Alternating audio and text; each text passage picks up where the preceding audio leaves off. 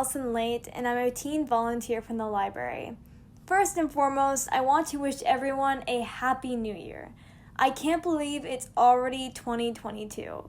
Time sure is flying by. Today, instead of discussing and summarizing a book, I'll be sharing 22 young adult books to start off your new year.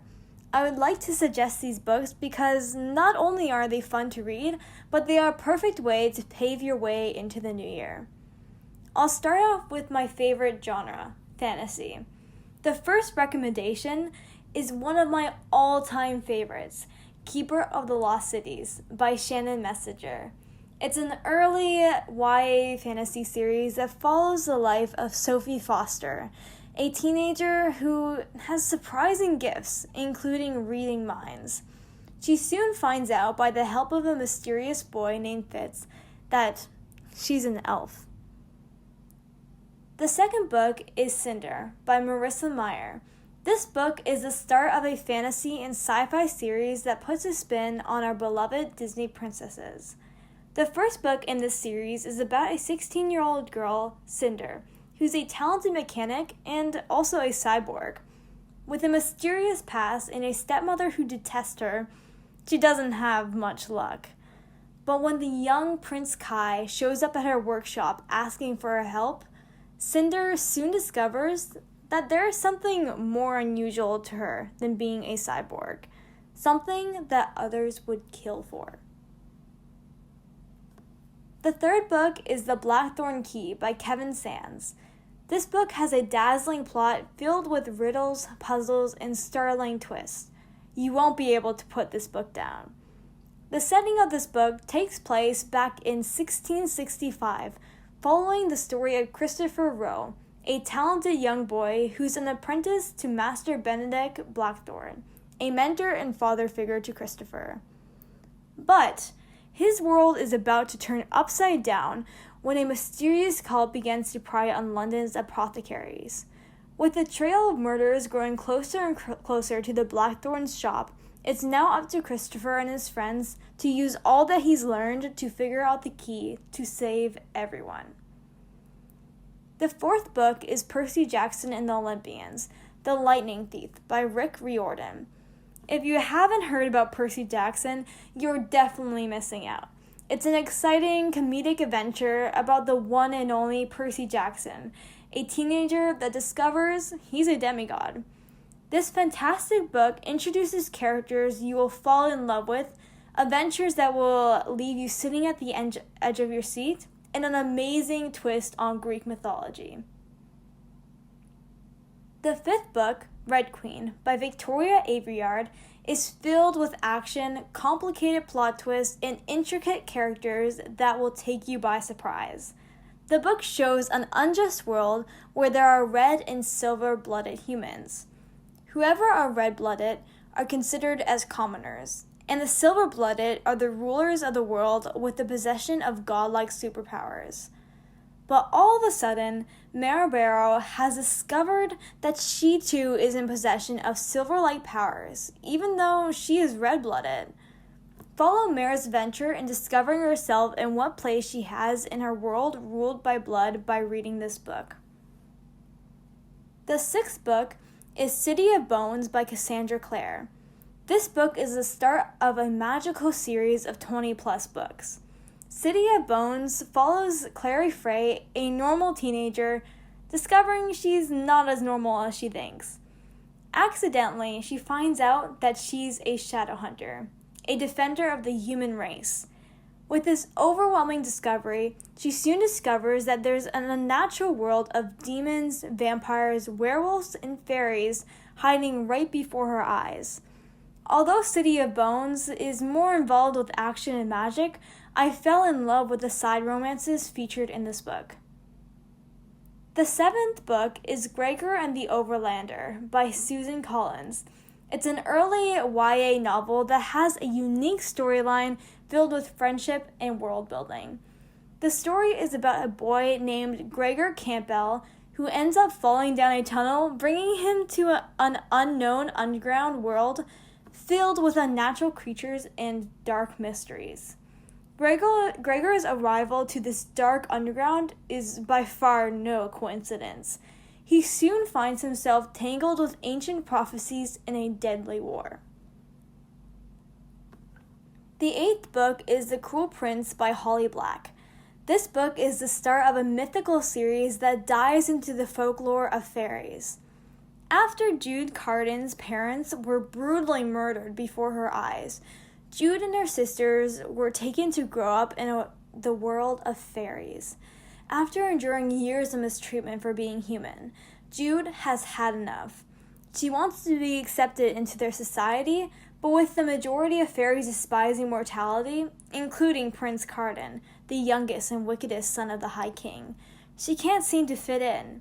With no other option, Jude resorts to defying all those who hate her and accepting the consequences that will come with breaking the rules.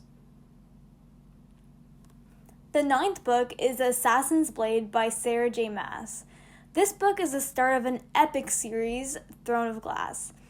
It's a collection of novellas, in other words, short stories, following Celaena Sidorthian's journey through discovering herself and her fascinating action-packed adventures. The Assassin's Blade isn't the official first book in the Throne of Glass series, but it gives a clearer backstory on the world and the characters featured in the future books of this series. The 10th book is Renegades by Marissa Meyer. This book gives a twist on the superheroes we all know and love from Marvel and DC, with the perspectives of both the villains and the so-called heroes, the readers, us, are thrown into a loophole of who are the real good guys, the renegades or the anarchists. The 11th book is Six of Crows by Leigh Bardugo. I thoroughly enjoyed this book. This book was a masterpiece. With unstoppable characters and numerous plot lines running throughout, you cannot not love it. The beginning, to be honest, is slower than most books, but don't give up on it. You'll be invested in the characters and the plot by the time you're a quarter through the book. The 12th book is Sisters of Sword and Song by Rebecca Ross. This book is about an unbreakable bond between two sisters, Evadne and Halcyon. Evadne is about to be reunited with Halcyon after 8 long years apart, but when her sister arrives home earlier than expected, Ava knows something went terribly wrong. She soon finds out Halcyon has murdered someone. Even though accidental, the punishments for Halcyon's mistake are brutal. Ava can't bear her sister going through the punishments assigned, so she volunteers herself to share part of Halcyon's sentence. But as Ava begins her sentence, she quickly learns that there are more mysteries her sister has hidden from her. The 13th book is The Queen's Rising by Rebecca Ross. This book is a fast-paced, thrilling YA adventure about taking back a kingdom and restoring what is right. In the kingdom of Villania, there are certain people who are born with a talent for one of the 5 passions, which are art, music, dramatics, wit, and knowledge. If you have one of these passions, you are trained to master it. But unfortunately, Brianna is struggling to find her passion. She has tried to master all of them, but with no luck, her last resort is to study the passion of knowledge. With no patron interested in hiring her until a disgraced lord offers her patronage, Brianna has no choice but to accept his offer. She soon finds herself twisted in a dangerous plot to overthrow the king of Mavena, a rival kingdom of Villania, to restore the rightful queen and her magic to the throne. The 14th book is Vampire Academy by Rachel Mead. This book has a different take on the vampire genre. In this book, there are 3 types of vampires. Moray vampires who have magical abilities, the Hampirs who are the protectors of Moray vampires, and Storgoy vampires who hunt humans and Moray vampires alike. This story focuses on friendship, love, and high school. I loved this book a lot and had lots of comments about it, so I made a podcast discussing and summarizing Vampire Academy. If you want to have more details about this book, please check the podcast out. The 15th book is Fable by Adrian Young. This book is a fierce story with a strong female lead, 17-year-old Fable. It's an adventurous story with unique characters and lifelong friendships created. With pirates, treasure, and romances, it's a book that will keep you wanting to read more. Here's what Goodreads has to say about this fantastic book. Welcome to a world made dangerous by the sea and by those who wish to profit from it, where a young girl must find her place in her family while trying to survive in a world built for men. Fable takes you on a spectacular journey filled with romance, intrigue, and adventure. Now moving on to dystopian books. Here are some of my favorite dystopian books that I recommend for anyone wanting to dive into the genre. The 16th book is Legend by Mary Lou. This book is action-packed with an advanced future featuring different perspectives, romance, and character development. The main character, Yoon, a child prodigy born in a rich district, and Dae, a successful criminal born in a poor district, they both come from very different worlds. They would never have crossed paths, but when Yoon's brother, Matthias, was murdered, Dae becomes the top suspect. With Dae desperately trying to help his family from the deadly plague, and Yoon trying to find justice for her brother's death, they soon discover the shocking truth of what brought them together. The 17th book is Divergent by Veronica Roth. This book is very engaging with mysterious characters, an action-packed plot, and hints of romance that will keep you interested in reading more. It follows the stories of Beatrice Pior rebelling against the standards society has. Every now and then, there's a ceremony where children pick the cast they want to be in for the rest of their lives. The cast include Candor, the honest, Abnegation, the selfless, Dauntless, the brave, and Amity, the peaceful. Instead of deciding the cast her parents want her to pick, which is her current cast, Abnegation, Beatrice picks the most dangerous out of all the casts, Dauntless. As she adjusts to her new cast, she quickly discovers the unrest and growing conflict that is threatening her not-so-perfect society. Soon she realizes the secret she's hiding can save the ones she loves, or it might destroy her. The 18th book is The Darkest Minds by Alexandra Bracken.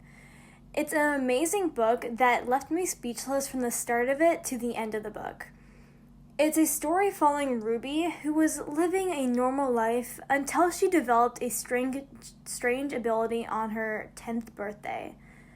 This ability was the cause of a mysterious disease that's been killing the majority of Americans' children, leaving the ones who have survived with unique abilities. With an unjust government ruling America, the children with these mysterious abilities are sent to Thermod, a brutal government rehabilitation camp. This book is filled with amazing characters, friendship, and shocking plot twists that throw you through loopholes. The 19th book is The Maze Runner by James Dashner, a Hunger Games-style dystopian world, which is terrifying and brutal. I love how the back of the book explains everything, so instead of describing the Maze Runner with my own words, I'll read the back of the book. When Thomas wakes up in the lift, the only thing he can remember is his name. He's surrounded by strangers, boys whose memories are also gone. Outside the towering stone walls that surround the glade is a limitless, ever-changing maze. It's the only way out, and no one's ever made it through alive. Then a girl arrives, the first girl ever, and the message she delivers is terrifying. Remember, survive, run. The 20th book is Shatter Me by Tahereh Mafi. This book is a rebellious, romance-filled dystopian novel that follows the story of Juliet, a young girl whose touch can kill. With no one knowing why she's so dangerous, Juliet was imprisoned at an early age, and the government has plans to utilize her strange power. A major part of Shatter Me is about Juliet coming to terms with her lethal ability and what it makes her. This book is by far a thrilling superhero story that has an unforgettable heroine. The 21st book is The Handmaid's Tale by Margaret Atwood. This book is a modern classic novel that has numerous new ideas and concepts. The setting is set in a dystopian future where environmental disasters and declining birth rates have led to a second American Civil War. If you're interested in reading this classic, check out my podcast where I explore The Handmaid's Tale deeper. I'll end this list off with a romance book. Almost all of the books on this list have romance in them, but I thought I'd put at least one book that's fully considered a part of the romance genre. The 22nd book is Everything Everything by Nicola Yoon. This book is a swoon-worthy, heartwarming, but shocking story about a 15-year-old teenager, Maddie. Maddie has a rare disease that makes her severely allergic to everything, resulting in her not leaving her house for her whole life and seeing only two people, her mom and her nurse. Until a family moves in next door with a boy named Ollie, who she instantly has a connection to. They soon become the best of friends, and with the help of him, she discovers a whole new world. Thank you everybody for listening to my list of 22 books to start off 2022.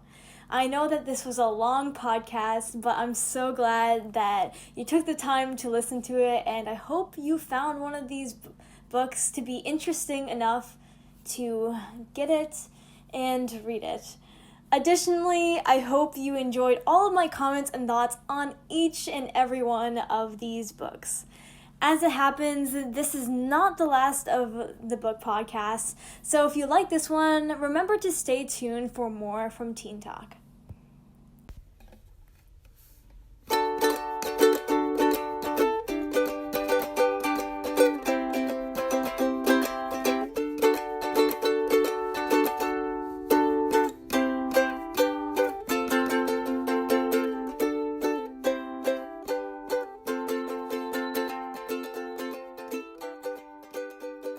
Hello guys, this is Kian from Teen Podcast, and I hope you'll all have a great day and hopefully not as still tired of Christmas like me.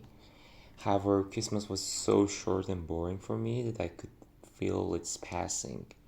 And I'm sure that most of you are the same as my opinion. Yeah, once again, with all those strict rules, like staying at home, etc., which I actually used to all of them, I succeeded to manage my time wisely once again and do something that I wasn't able to do for a very long time.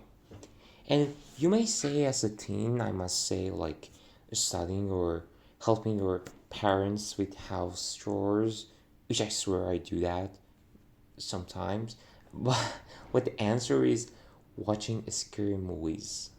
Yeah, watching scary movies with my father, which I wasn't able to do that for a very long time.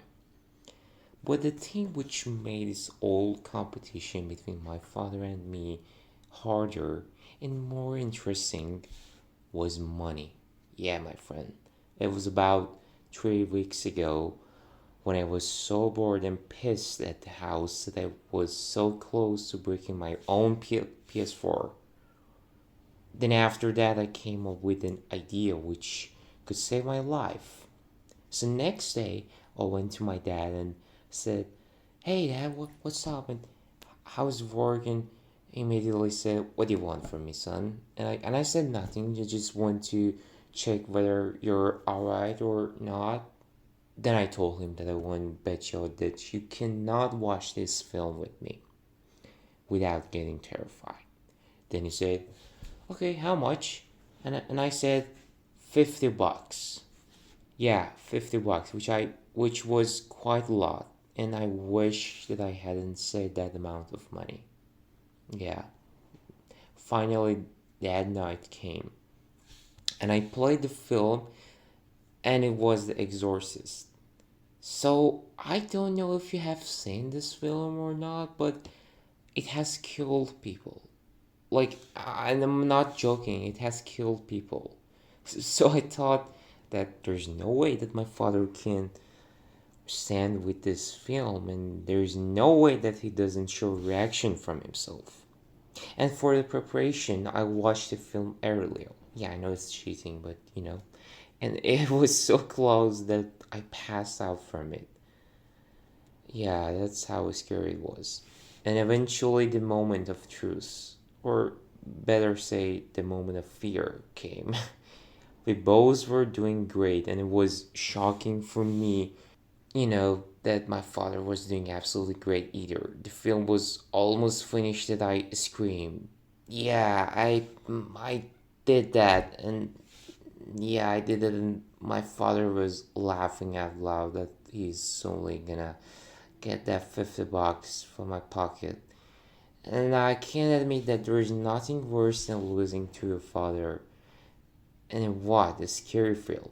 That was ridiculous, by the way. I mean, but I had to give him the money. So as a master skilled film watcher, I admit that I lost to a man who could barely see a zombie. Like, oh, that's ridiculous, guys. And to everyone who is hearing my voice right now, please don't bet you with your father on something. They are always gonna win. Please do something that you're sure that that they can do that. Like, bet with them that to not ask your help for fixing something in their phone. Okay, that's way more better. That would be awesome. Because there's no way that they don't ask your help. Okay, enough talking.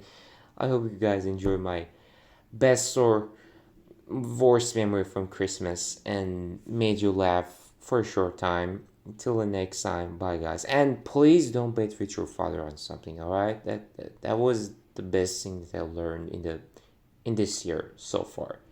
Okay. Thanks for hearing my voice, and bye.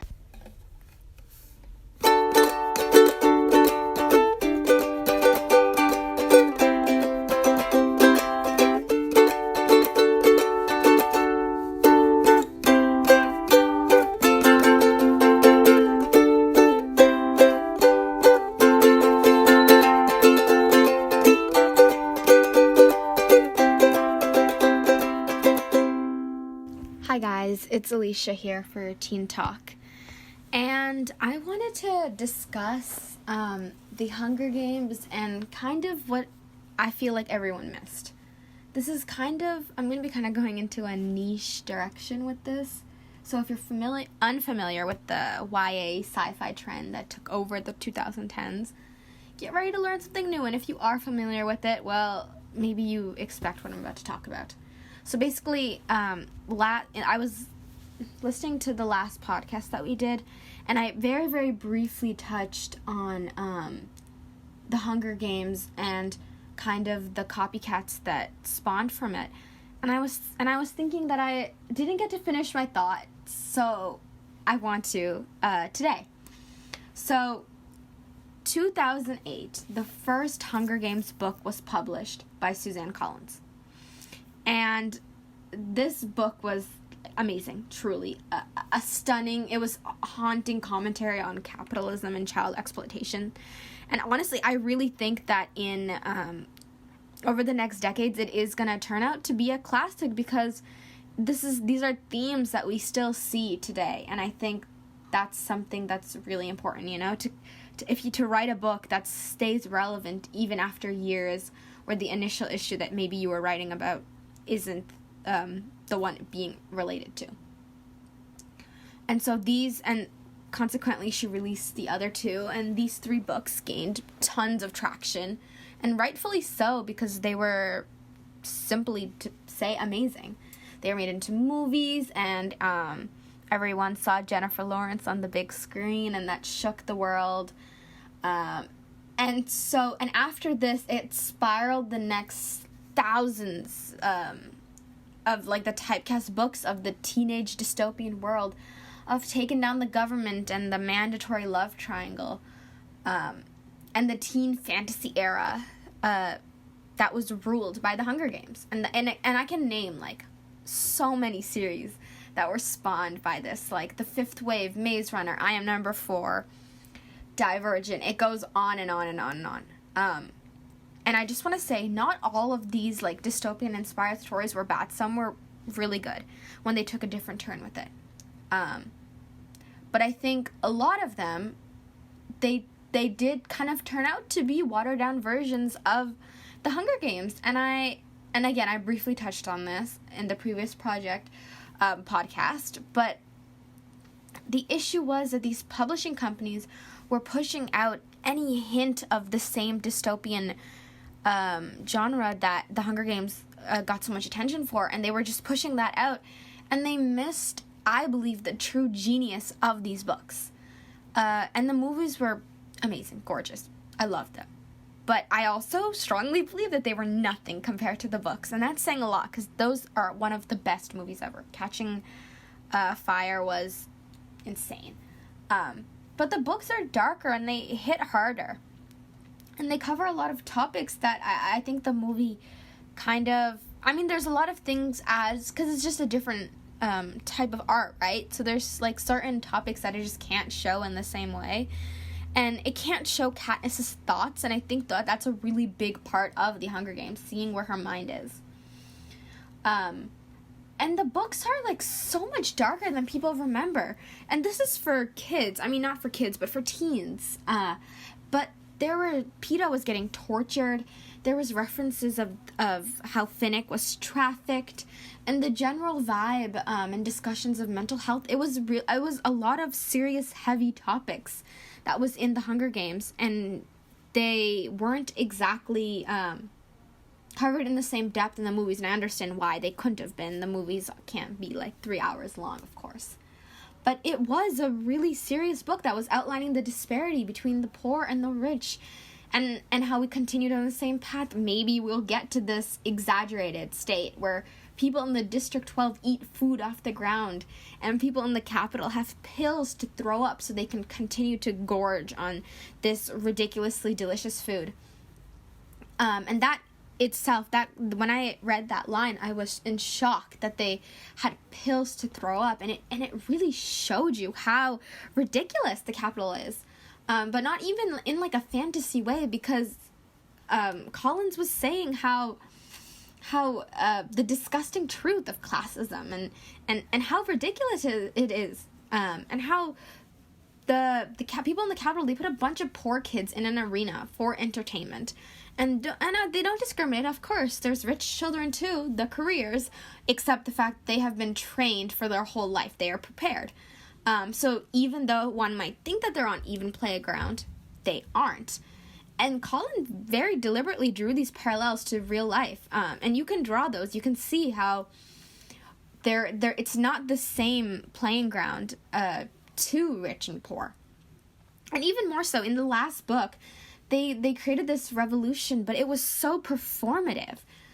They were using Katniss's face as a symbol, even though she was suffering from severe PTSD, because she went through something so traumatic. She was strong, for sure, and definitely fearless, but she was also a little girl.